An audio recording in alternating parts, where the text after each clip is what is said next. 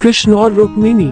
विदर्भ देश के राजा भीष्मिक के 5 पुत्र और एक पुत्री थी। पुत्री का नाम रुक्मिणी था, जो समकालीन राजकुमारियों में सर्वाधिक सुंदर और सुशील थी। उससे विवाह करने के लिए अनेक राजा और राजकुमार आए दिन विदर्भ देश की राजधानी की यात्रा करते रहते थे। उन दिनों कृष्ण के रूप, सौंदर्य, गुणों और पराक्रम की गाथाएं समस्त भारतखंड में गूंज रही थी।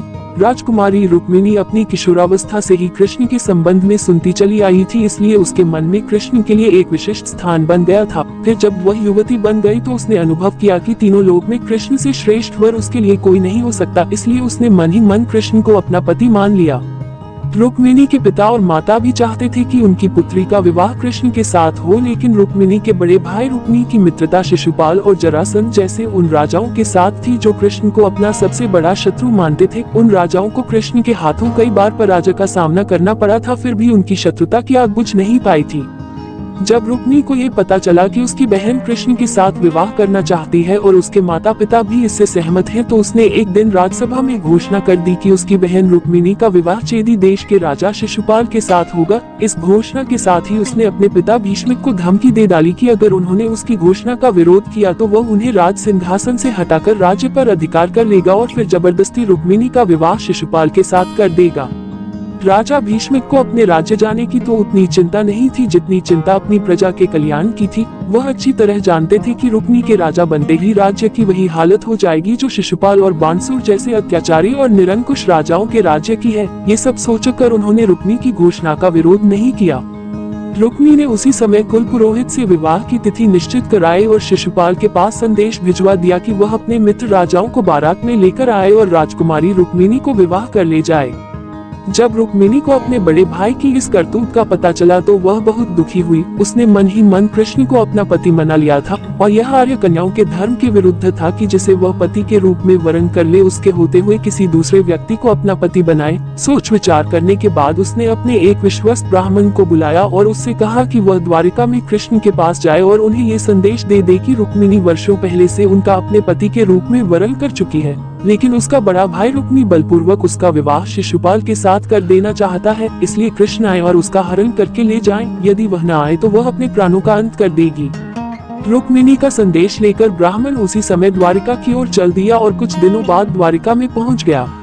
जब कृष्ण को उस ब्राह्मण द्वारा रुक्मिणी का संदेश मिला तो कृष्ण ने उसे वचन दे दिया कि भले ही शिशुपाल, जरासंध आदि राजाओं की विशाल सेनाओं से उन्हें भीषण युद्ध क्यों न करना पड़े, वह उसे उन सबके बीच से उठा लाएंगे।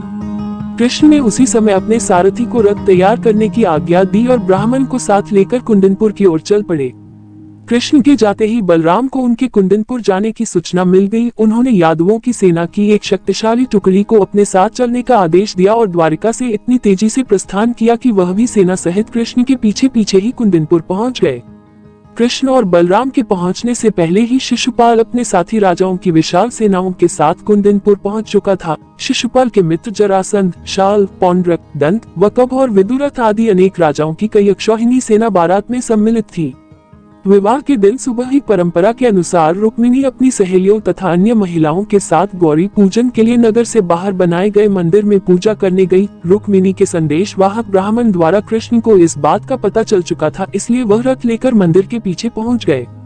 पूजा करने के बाद रुक्मिणी जैसे ही मंदिर से निकली, कृष्ण ने उन्हें उठाकर अपने रथ में बैठा लिया। रुक्मिणी के साथ आए सैनिक देखते ही रह गए। जब शिशुपाल और उसके साथी राजाओं को रुक्मिणी हरण का समाचार मिला तो वे अपनी अपनी विशाल सेना लेकर कृष्ण को पकड़ने के लिए चल दिए। रुक्मिणी का बड़ा भाई रुक्मी भी अपने चारों भाइयों और अपनी सेना के साथ कृष्ण के पीछे पीछे चल दिया। नगर से कुछ दूर निकलते ही यादवों की सेना दिखाई देने लगी। अपने पीछे आती हुई सेनाओं को देखते ही बलराम ने अपनी सेना को आदेश दिया कि आक्रमणकारी सेनाओं को खदेड़कर भगा दो। यादव सेना के सैनिकों ने पलटकर आक्रमणकारी सेनाओं की भीषण बाण वर्षा का उत्तर देना आरंभ कर दिया। देखते ही देखते भीषण संग्राम होने लगा। यदुवंशियों की थोड़ी सी सेना ने शिशुपाल, जरासंध और उनके साथी राजाओं की विशाल सेनाओं पर इतनी भयंकर बाण वर्षा की कि वे सिर पर पांव रखकर भागने लगी। अपनी सेनाओं का संहार होते और उन्हें भागते देख शिशुपाल और उसके साथी राजा भी अपने प्राण बचाकर भाग गए। शिशुपाल और उसके साथी राजाओं की सेनाओं को पीठ दिखाकर भागते देख रुक्मी के क्रोध की कोई सीमा न रही। वह अकेला ही कृष्ण का पीछा करने लगा।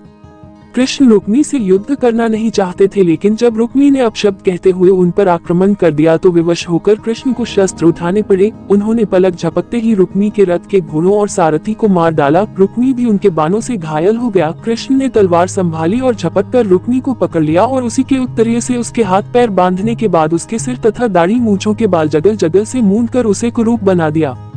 रुक्मिणी ये प्रतिज्ञा करके कृष्ण से युद्ध करने चला था कि अगर वह अपनी बहन रुक्मिणी को कृष्ण के हाथों से छुड़ाकर नहीं लाया तो कुंदनपुर में नहीं लौटेगा। बलराम के कहने पर जब कृष्ण ने उसे छोड़ दिया तो वह अपने बचे खुचे सैनिकों को लेकर एक निर्जन प्रदेश में चला गया और वहीं नया नगर बसाकर रहने लगा। कृष्ण रुक्मिणी को लेकर विजयी यादव सेना के साथ द्वारिकापुरी लौट आए, जहाँ विधिपूर्वक उनका विवाह रुक्मिणी के साथ कर दिया गया। इसी तरह की कथाएं सुनने के लिए प्लीज मेरे चैनल को लाइक कीजिए और सब्सक्राइब कीजिए।